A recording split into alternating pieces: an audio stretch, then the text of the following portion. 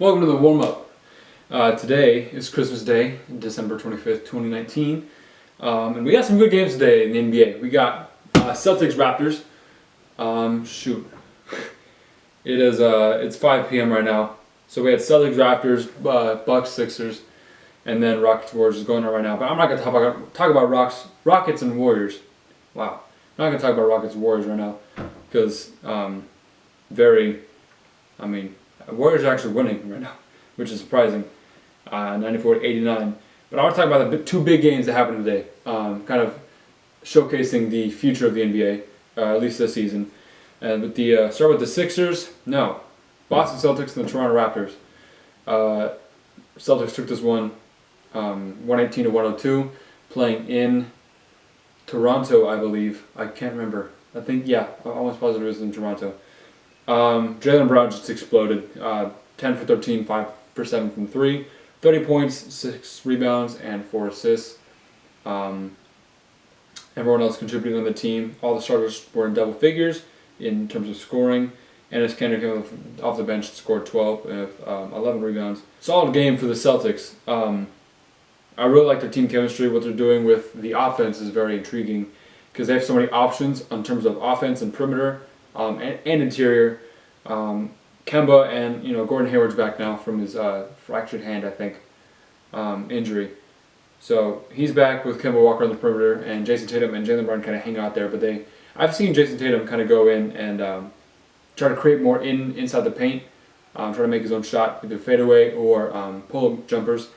And Jaylen Brown is just the main thing I've seen from his offense is getting steal on defense or like deflection. And leading fast break, and he's kind of a fast break finisher when Kemba isn't leading the break. So they have a really set up offense, and I really like how they're doing it. Their bench guys are really solid. Carson Edwards didn't play this game, but he's been pretty good. Brad Wanamaker had 20 minutes. Grant Williams and is he injured? I guess Robert Williams is injured, or he's not playing at least. I don't know. Daniel Tyson's been their starting center for a little bit. I know he's only 6'9". So that's very interesting because, Ennis Kanter was the starting center at the beginning of the season, but he can't play defense, so they literally benched him because he cannot play the defense. But Danny Tyson's a big, kind of rough and tough guy, kind of like his game, not too skilled offensively, just kind of there to rebounds and kind of intimidate people from entering the paint. Celtics are really long. Kemba he's a point guard. But the 2, 3, and 4 spot are very switchable with Brown, Hayward, and Tatum. They all can switch on defense in those 3 spots, and I've seen Tatum even guard some centers in the paint sometimes. Post, very interesting. Now to the Raptors side of things, big game from Van Vliet in terms of what I've seen last season. He scored 27 points tonight. I haven't really watched much of the Raptors, to be honest. I know Siakam was hurt, so that kind of makes sense of why they lost.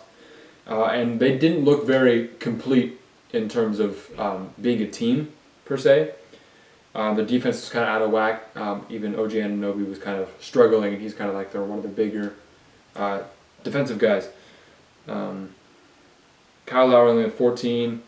They just seemed kind of frustrated and not much production off the bench, except for Chris Boucher, who had 24 points. But Patrick McCaw had 2 points, and OG had 5 points. So they just didn't have much going for them today.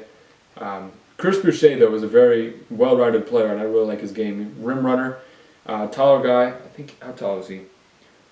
I know he's a power forward. I don't know exactly how tall he is. He is 6'9", 200 pounds. I remember watching him in college a little bit.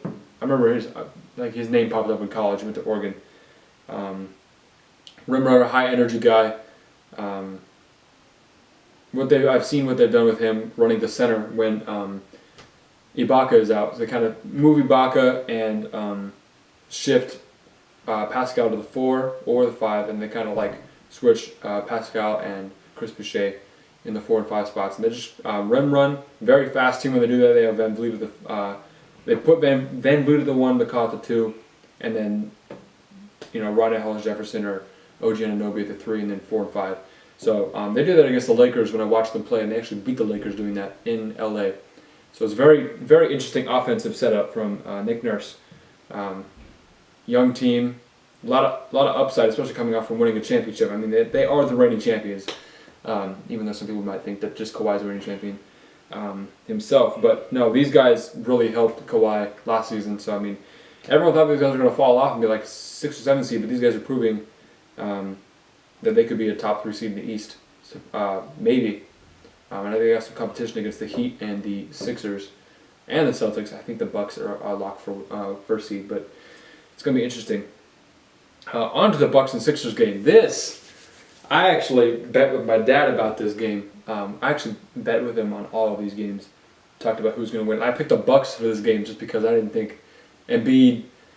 I thought the Sixers were going to have one of those emotional games where they just kind of freak out and get dysfunctional mid-game and they kind of just lose them from there. But that was completely the opposite of what I thought was going to happen. I like the Sixers, don't get me wrong. I actually have a pennant up there of the Sixers. They're one of my 3 teams. I have 3 teams, I guess. Embiid's one of my top 5 players currently. My 3 teams are Clippers, Rockets, and Sixers. So it was nice to see them get the win. They're 23-10 right now. Kind of chasing up on the Bucks. They're 27-5. But everyone contributed. It was really fun to see. They only ran a 9-man rotation with Mike Scott, James Ennis, and Trey Burke, and Furkan. Is that how you say his name?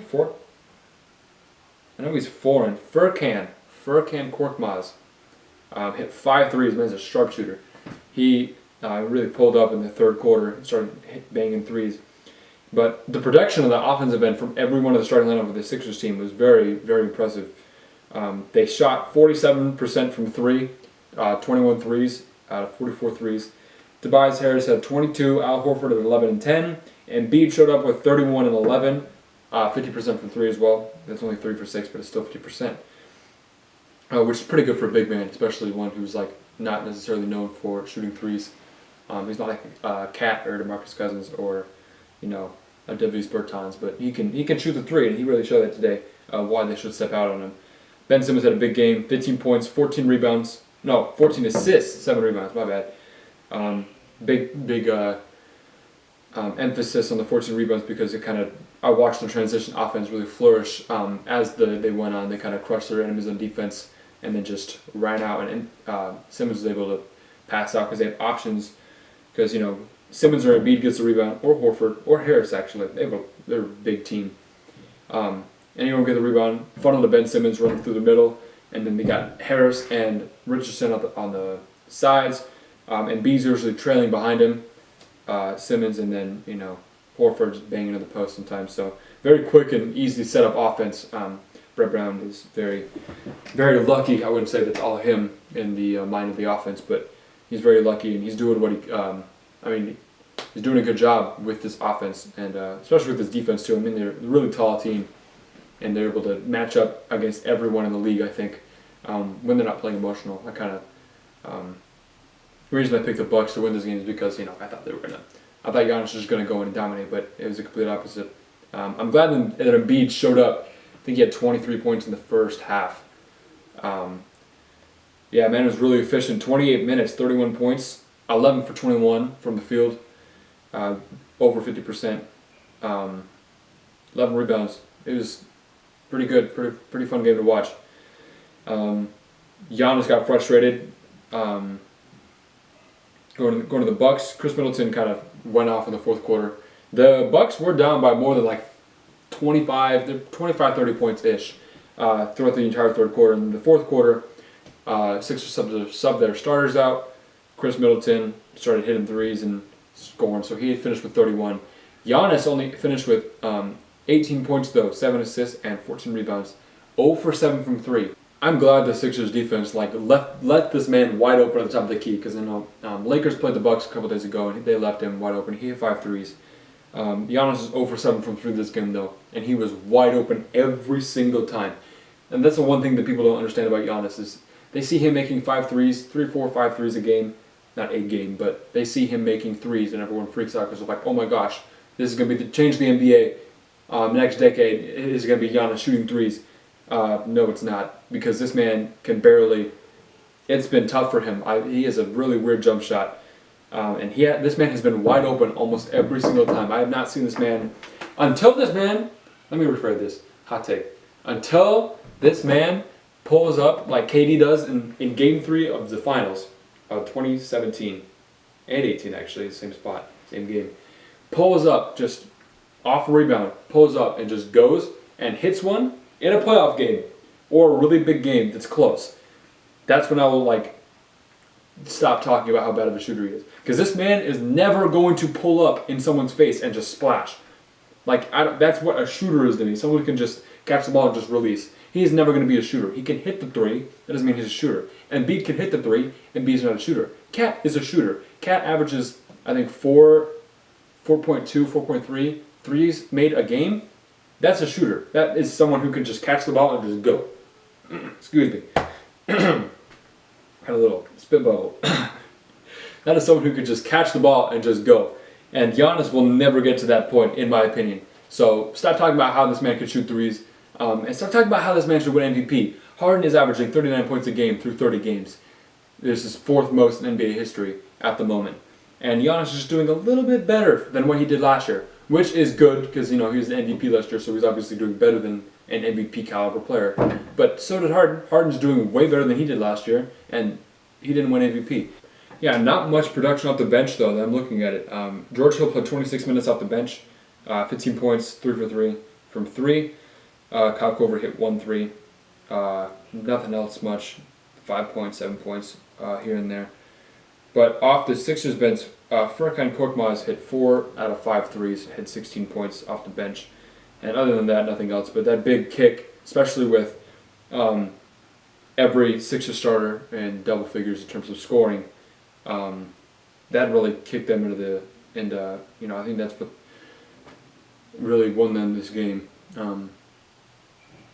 Korkmaz's threes, I think, really won them this game because that kind of, the stretch he was on, I think he hit 3 threes in 3 straight possessions. And no, did he? I think it was that, because I think he hit 1 3, and then he had a 3 and 1. I think it was a 4-point play. And then he hit another 3. But anyways, especially when you have a guy come off the bench and hit threes like that, that's going to really hurt the other team in terms of mental state. I feel like that would really, you know, hurt them. That's where they sub Giannis out, let him sit for a little bit, and just let the Sixers do their thing. That's when they kind of wave the white flag, in my opinion. But yeah, I'm just going to talk about these 2 games. Come back after. Wow, Rockets Warriors is 111-99 with 3 minutes left of the fourth. Warriors are up. That's weird. I think we only have 2 more games left tonight. Yeah. So I'm going to come back after I watch those games. I'll probably get this video up today on Christmas, actually. And then I'll probably get the Clippers-Lakers review. I'm going to go in-depth with that. I'm watching the entire game. And then little Pelicans-Nuggets review tomorrow. Hopefully I'll be able to get that up tomorrow. So hope you guys enjoy this. Kind of a shorter video, more review. Question of the day.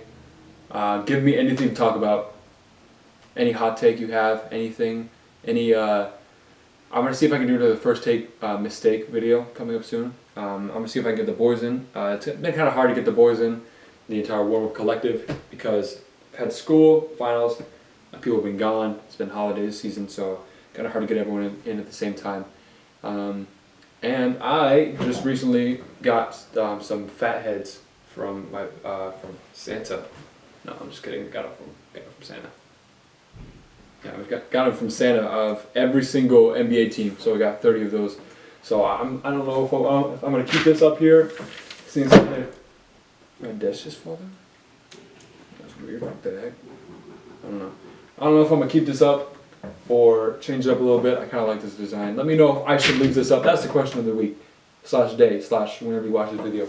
Let me know if I should keep this up or if I should decorate with like some big NBA stuff and some magazine covers, and maybe that'd be better. This thing's getting kind of old. Not old, but kind of worn out. Hard to stay up. I've fallen down a couple times and ripped. But yeah, thanks y'all for watching. See you guys later.